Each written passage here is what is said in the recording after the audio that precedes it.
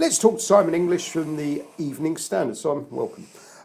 Barclays Bank hitting the headlines again. I've had a number of commentators come on to the show suggesting they're undervalued.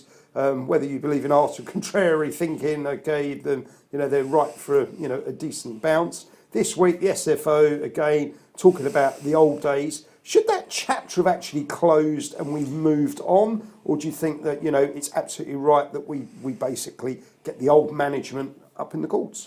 I think it's fine for the SFO to pursue the old management if they really think a fraud existed. What the SFO did this week was to ramp up the charges and to accuse the operating company of the bank of fraud. Someone described that to me. That's a bit like charging a car for a hit and run incident. The operating company that holds the banking license, it's just this entity. It didn't do anything. The people may have, and it just looks rather desperate, I think, from the SFO. It actually looks the way one lawyer described it to me, because they're aware that this case is going to be incredibly complex. It doesn't even start till next January. It's going to go on for ages. It's going to cost hundreds and hundreds of millions of pounds. The only way the SFO can get the money back is if it charges the bank rather than just the people. Right. And it seems motivated by that.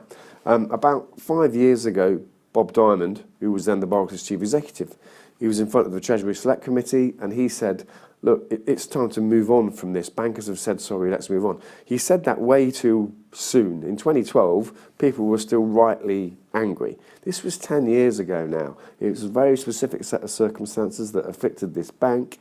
It got a way out of it. And you know what? If it did it in a way that was a bit dodgy, you know what I think?